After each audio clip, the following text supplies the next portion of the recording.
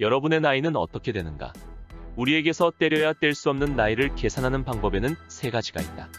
우선 첫 번째로는 세는 나이이다.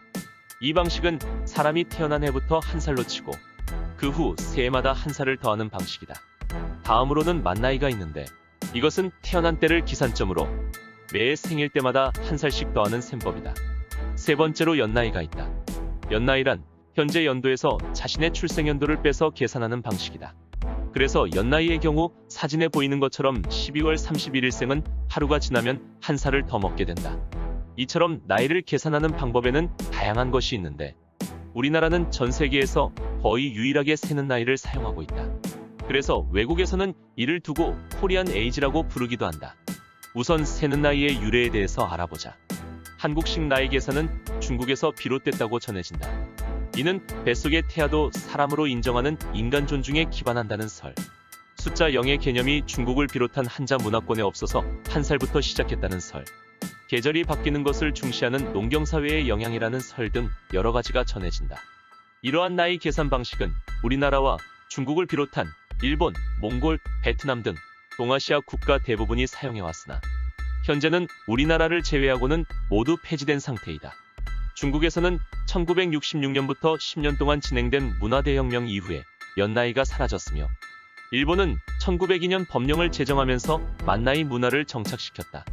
베트남 역시 프랑스 식민지 시대를 거치면서 세는 나이 계산법을 사용하지 않게 되었으며 북한에서도 1980년대 이후부터 만나이를 사용하는 것으로 전해지고 있다.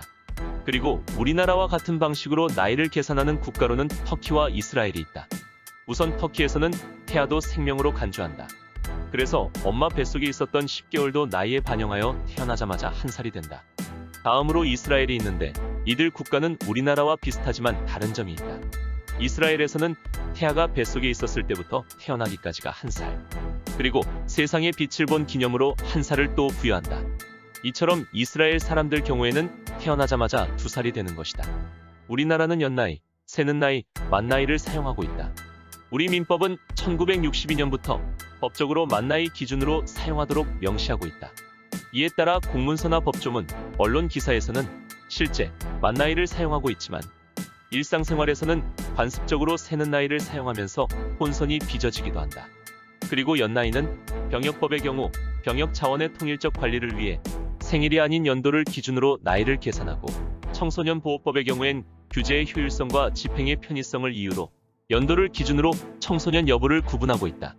이 두 가지 법에 따르면 생일 기준이 아니라 일정 연령에 이르는 해의 1월 1일을 기준으로 병역 대상이 되거나 청소년 보호 대상에서 제외되게 된다. 그리고 한국식 나이 계산에 대한 다양한 논쟁이 존재한다. 우선 한국식 나이 계산을 유지해야 한다고 주장하는 측에서는 우리가 오랫동안 지켜온 소중한 문화이자 가치라는 점을 강조한다. 한국식 나이 계산은 우리 민족의 생명 존중 사상이 담겨있는 전통이고 문화이며 이것은 우리의 고유 풍습이므로 꼭 부정적으로 볼 필요는 없다고 주장한다. 또한 지금껏 큰 불편 없이 사용해온 한국식 나이를 만나이로 고칠 경우 사회 전반적으로 혼란이 일어날 것이며 한국식 나이 폐지로 얻는 사회적 이익이 크지 않다는 주장을 한다. 반면 한국식 나이 계산을 만나이로 통일하자는 사람들은 전 세계의 흐름에 맞춰 나이 계산을 통일해야 혼란을 줄일 수 있다고 주장한다. 국제적인 서류를 작성하거나 외국인과 의사소통을 할 때 혼란이 생길 수 있다는 것이다. 태어나면 바로 한 살을 먹는 나이 계산법은 전 세계 중 거의 유일하게 한국만 쓰고 있는 데다가 같은 문화권인 중국과 일본, 북한도 만나이로 통일해서 쓰는 상황에서 우리만 이 방식을 고수해서는 안 된다는 것이다. 또한 만나이를 사용하면 의학적, 행정적으로 생기는 불편과 혼란을 줄일 수 있으며 현재는 우리 나이와 의학적, 법률적 기준인 만나이를 따로 따져야 하므로 불편하다고 주장한다. 세는 나이에 대한 찬반이 오가는 가운데 2010년대 중후반부터 만나이 사용을 생활화해야 한다는 주장이 꾸준히 높아지고 있다. 실생활에서도 만나이를 쓰게 만들어달라는 청원이 2018년 1월 7일에 청와대 국민청원에 올라온 적이 있다.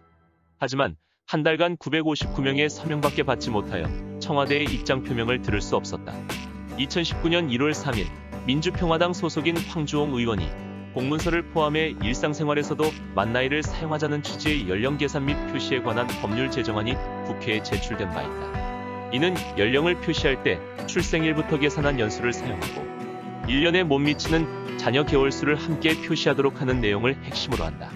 하지만 법안이 통과되지 못하고 계류된 상태로 오랜 기간 방치돼 있다가 결국 흐지부지 무산되었다. 그리고 2022년 1월 17일 윤석열 대통령 후보자가 국제표준인 만 나이로 통일시키겠다는 공약을 걸기도 했다. 문재인 대통령의 임기 종료가 얼마 남지 않은 상황에서 대통령직 인수위원회가 나이 계산법을 만 나이로 통일하는 방안을 추진하고 있다. 만약 만 나이 기준이 채택되면 현재 통용되는 한국식 나이보다 최대 2살까지 어려진다.